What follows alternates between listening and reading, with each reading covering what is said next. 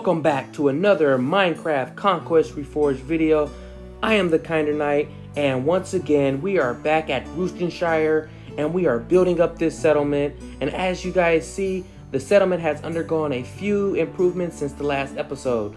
I've added a handful of homes as well as another wall and gatehouse around the castle at the foot of the hill that it sits on for some extra level defense. And I must say, I believe it's coming along very nicely, and I'm excited to show you all the progress I've made. So without further ado, I'm gonna cue the time lapse, and afterwards I'll be back to give you the tour so you can check this place out from a ground view. So please sit back, get comfy, and enjoy the video.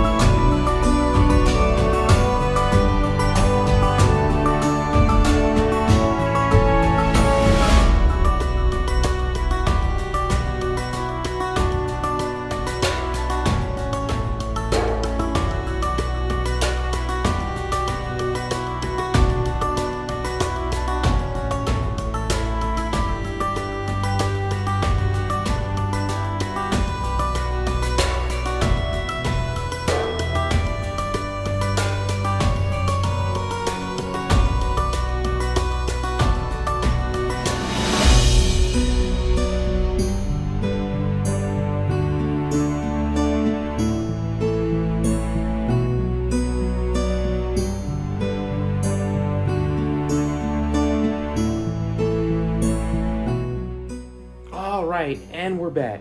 Now guys, there's a lot of work I did off camera, mainly just a lot of details such as trees and fixing the roads and other miscellaneous things. But I'm gonna try and show you some of what I was able to do, namely the Blacksmith House and the small fishing village. I'm really excited to show you guys. So let's get started. So as we enter our settlement, you guys can already see that from the last video, it's a lot more lively. There's trees and there's plants around. And also I added a bit of detail and texture to the roofs and to the houses, which I think makes for a really realistic look to our settlement. And we're gonna go ahead and make our way up this road. And as you guys see, this is the gatehouse and gate I added to the foot of the hill where our castle sits, just as an extra level of protection. Just one more mode of defense that the enemy would have to break through if they want to capture this castle. Alright, now we're gonna go ahead and make our way to the blacksmith's house, and we're gonna go up this road right here. And as you see, it's a little chicken coop right there I added a lot of that in here. Again, it adds to the atmosphere as well as the trees and just the animals around. It adds to the life of this settlement, I think. And now my trees, either kind of my design, they're not the best trees, but you know, I think I got them to work for what I need them to do. And also over here, this is where I plan to eventually build a well. Maybe this will be where the village women come and they get water and they do their gossiping, which brings us to here. this is the blacksmith's house. And so here's a little lore or background for our blacksmith. In the Middle Ages, everyone had a rank of some sort, whether you be a slave, a peasant, a tradesman, a lord, or king. Everyone had a value based off of that. So obviously, a tradesman such as a blacksmith would have been of high value to his lord or king. And so correspondingly, our blacksmith here was giving a nicer plot where he can be enclosed by walls, and as well as having a gate which he can close and lock if he feels necessary, in exchange for his services such as keeping the Lord's horses shoed and making weapons for his men, as well as any other metal work the Lord would need done. So our blacksmith and his family here really would live a life much better than the majority of the town's population, which causes a lot of friction between Mrs. Blacksmith and a few of the other town's women. So back to where I said the well would be. So this would be where maybe those jealous women would come, and they would see the blacksmith home, and they would like just be jealous of what they have every day. So now we've entered into the gates of the blacksmith residence, and right here we have maybe a little tent, kind of shady spot where after maybe working in the hot sun or working that hot forge, the blacksmith will take some time and sit down, have a drink right here, maybe have his wife bring him something to eat, and just kind of relax and get out of the sun and cool off, for a little bit. So now we're gonna go ahead and make our way into the forage area, and as you can see, it looks very foragey, type of stuff that you would imagine would be at the forge. There you have a grinder where you can grind and polish and sharpen the swords. We have swords about that he made, just freshly made. And as always, I have things hanging from the ceiling. It's one of my go-to tactics. And over here we have the actual forge where the work is done, where he'll smelt an ore and grab those tongs and go over here to the anvil and beat it and shape it into a weapon or something useful. And then take that hot item or weapon and plunge it into this barrel of water to cool it and harden it.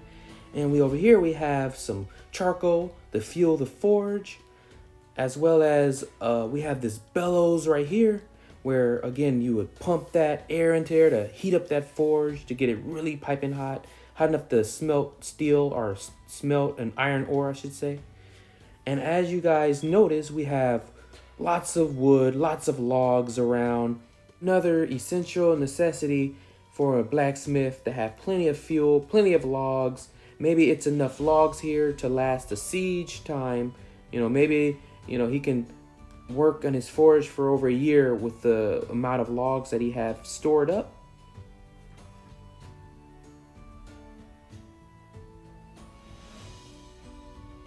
And now we're gonna go ahead and make our way to the chicken coop. It's a very fine and simple chicken coop, and if you go up these stairs, we can see our chickens been laying eggs, so our blacksmith will have eggs for breakfast.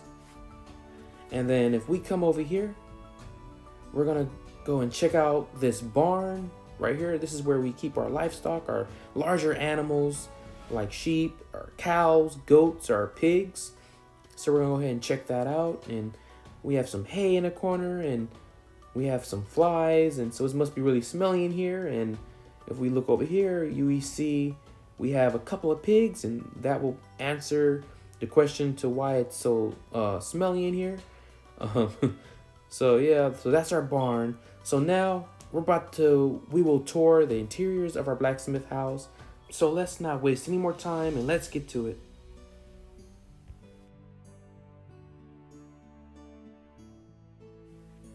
Okay, we're going to go ahead and open the door, and then we're going to go ahead and close that door so we're not to be rude. And now we're inside the blacksmith house. Still really simple, still really basic, but we're going to go ahead and hit a right, and we're going to go into the blacksmith bedroom. And as you see, he has a double wide bed, a dresser on both sides to keep his things.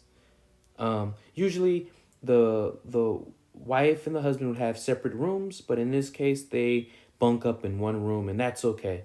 And over here we have a dresser or a shelf where they keep their belongings, and a just a simple chair right here, and then they have a little cloth hanger where they hang up their tunics of the day. So that's the interiors of the blacksmith bedroom. It's real simple because again they're not rich, just a little bit richer than everyone else. So we're gonna go ahead and close that door, and we're gonna move down the hallway to our next room. And as we enter, we see it's another little storage room. It's a maybe like a little pantry where they keeping, you know, some miscellaneous things, and as well as some foods, and we have some apples and some barley and some herbs, and a little thing of bread. So yeah, this is our pantry. So we're gonna go ahead and close that door. And then we're gonna go ahead and move into the next section of the blacksmith's house. And we come to the kitchen. And as you see, it's very kitchen-like, it's very simple. This is their stove for cooking. They don't have the traditional fireplace, but this works well with cooking as well as heating the residence up. As you see, we have things hanging, herbs hanging. We have some meat cooking and some soup cooking on the stove. Things hanging from the ceiling. And again, if we come over here, we have a table where we have stew and bread, as well as some ale or some mead in there, so they have something to drink. And over here in the corner, this is where the blacksmith's son would sleep. Again, if you notice, no one has the hay beds because, again, the blacksmith has a little bit more luxury than the rest of the peasant population, so he can afford to have nicer beds. So we're gonna go ahead and check out the attic area where they are storage areas, and up here. So we have more storage area. So we have little bags, or maybe it's dried meats in those bags, and along with other foods and vegetables and just other things that they would store. Maybe if they had a family member that came into town, or maybe if the blacksmith took an apprentice, he would bunk up there in those areas. And again, we come to another storage area in the attic area, where this is more the blacksmith's where he keeps his most valuable items, I would say. Again, when he's commissioned to make swords or armor, when he's done, he wouldn't just leave it out at the forge. He would bring it up here so where it's safe when that work is done. So the Lord, or the person that commissioned him to do the work, can come here and pick up their item, whereas he's keeping it safe and sound from thieves. And over here we have some armor. Maybe a knight commissioned some armor to be made for him, so the blacksmith is keeping that up here. So that's pretty much it of the blacksmith house. Again, it's pretty simple, but compared to for example, the first house that we've did in the last video, this is a lot more has a lot more luxury, a lot bigger. So we're gonna go ahead and swing back here to the blacksmith's wife's garden. And as you can see, she's growing things like some beans. She got some cabbage, and she has some sunflowers. I don't know if they use sunflowers for food in medieval times, but I thought they were really cool, so I went ahead and planted those there. And as you see, we have some corn and some barley over here in the corner. And don't forget our friend, the scarecrow. So yeah, this is the blacksmith's garden, or his wife's garden. And now we're gonna go ahead and swing our way back through here, and we're gonna come to this little thing out here, and you guys probably can guess what this is. If we open this door, we can see this is their outhouse, their toilet. This is where they would go. And as you see the flies, so it's really smelly in here. And then we have a little rack right here where they keep their towel for wiping themselves or you know, after they do their business. So that's that. So let's hurry and get out of here because it smells. Also, I'm gonna go ahead and probably more likely add a little laundry area where the wife can hang their laundry up right in this little area right here. I didn't get around to doing that, but I think I'll go ahead and add that.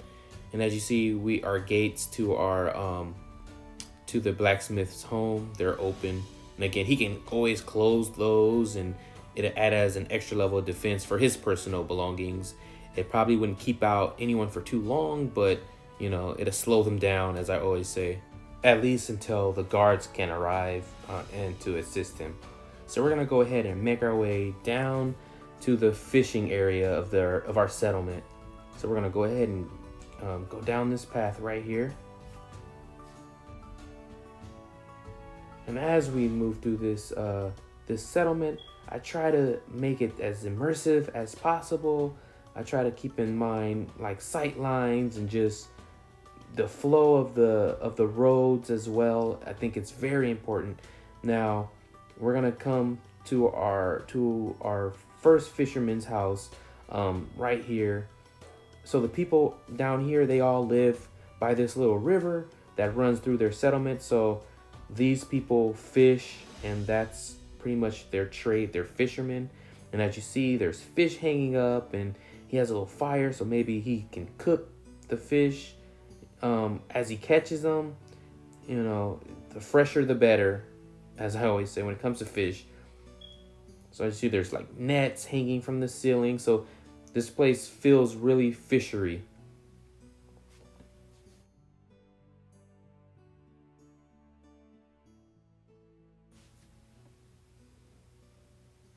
And you guys may not get this, but if you look at these, you may see apples, but I can't remember where I got this from, but this is actually, if you imagine it to be, you can imagine them this as crabs. You know, these little containers is where they catch the crabs, and you know, they're placed in these little crates right here. So those are actually crabs and not apples in this sense. And over here, we have like a bucket of fish where, you know, you catch the fish, you pull it out, you put it on the table, and you grab that hatchet right there, and you begin to chop the fish. So we're gonna go ahead and move and make our way through this part of the settlement. We're gonna go ahead and cross this little bridge right here, and we're gonna come to these, I call them triangle houses. I don't know what they're called, but again, we have cooking outside, because inside these houses, they're so small that there's no place for them to cook inside. So they do all their meal preparings outside, and they have these little stumps to sit and just kind of conversate and hang out and enjoy a nice cooked meal over the fire. So again, we're gonna make our way across the bridge. We're gonna make our way through the settlement.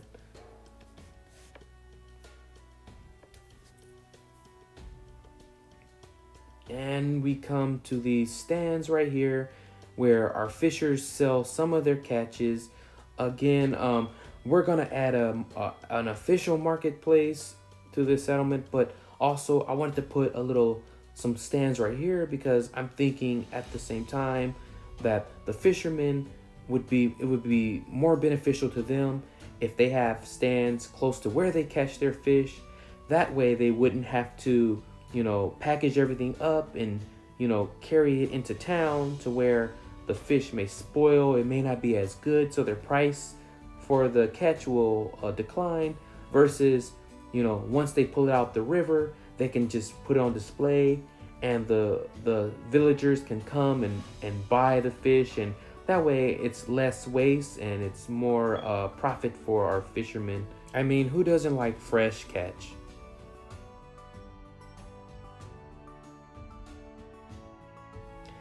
And as we make our way down this path, over here would be where most of the women of this settlement would come when they want to do their family's laundry, as well as meet up and gossip and chat and just share some of the town's news amongst each other. And maybe on a hot day, they've been on their feet in the hot sun, they will come here and just, cool their feet off by just dunking their feet right here in this little, in the water right here. And to the east of our settlement, we added another tower, another lookout tower right here. And the purpose of this tower is to just guard this side of the settlement, as well as the blacksmith and his holdings, because again, the blacksmith is a very important asset to the Lord. So we would need that type of protection. We need some people out there looking out, because again, these gates are anywhere between 12 to 16 feet from ground level to the top of, with the spikes, with the stakes at the top. So most people wouldn't want to go over that gate, but it isn't impossible. And so we would need a guard tower to watch to make sure there's no bandits or men with ladders trying to scale our walls and get into our settlement. So we're gonna go ahead and make our way back through this fishing area.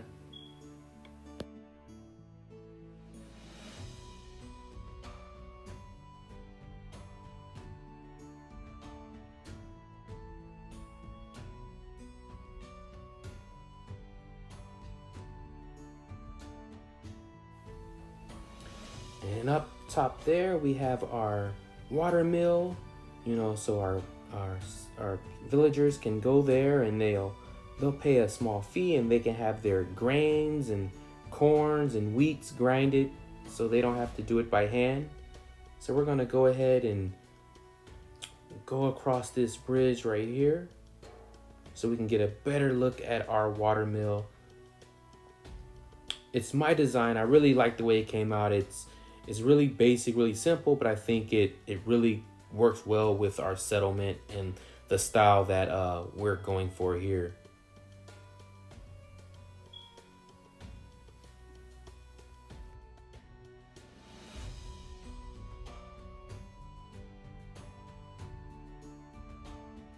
So yeah, that was our water mill. So we're gonna go ahead and make our way through here again, and now we're gonna go to a part of the settlement that we visited before in the last video, but since then we have done some work on it. So we're gonna go ahead and check that out. We're gonna go through here.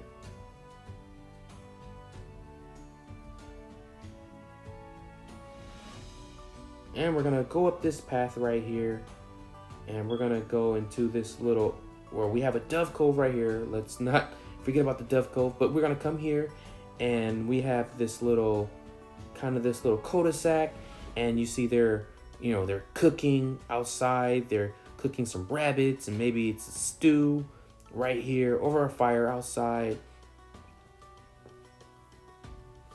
And we have our triangle house and a barn in the back for storing some more animals. And then if we swing through here, we have another little garden where we have a chicken that apparently broke out of his coop, but that's okay. We have some cabbages, and we have another little area where to keep some animals in there. Again, I'm just trying to make this place look alive, try to put life around. And up in this chicken coop, we have some eggs. Our chicken's been at work laying their eggs. So that's pretty much everything that I've added since the last video, you guys, and I really appreciate it if you guys stayed to this point of the video. I know this was a long video, but again, this was a lot to show you guys, so it was necessary. And there you have it, guys. I must say, I'm really enjoying the process of this build. I think it's coming out phenomenal. With that being said, there is still a bit of work this first section still needs, and I'll be doing that off camera. But so in the next episode, we will start building up the next section of this settlement, where our goal is to add a horse's stable alongside with a groomsman's house, a bakery, which is very important, and also a tavern inn, which is also very important for our settlers because they're going to need a place to go and drink after a long day of working in the fields. So I'm super excited, super inspired to start the next part of this build, and I hope you guys are too. I hope I'm providing you guys with some inspiration that you guys can take away from this and apply it in your own builds. And I hope you guys all come back for the next installment in this series. As always, if you enjoy this type of content and you would like to see more, please consider subscribing to the channel, join the Night Army, give this video a thumbs up, and don't forget to turn on that red notification bell so you don't miss any future Minecraft Conquest Reforged videos. Also, drop a comment down below if you are so inclined. Let me know what you think about this series. Let me know what you think about this settlement so far. And if you guys have any ideas, any things that you think I should add to it, let me know. This has been the Kinder Knight from Roostonshire, and I bid you a farewell.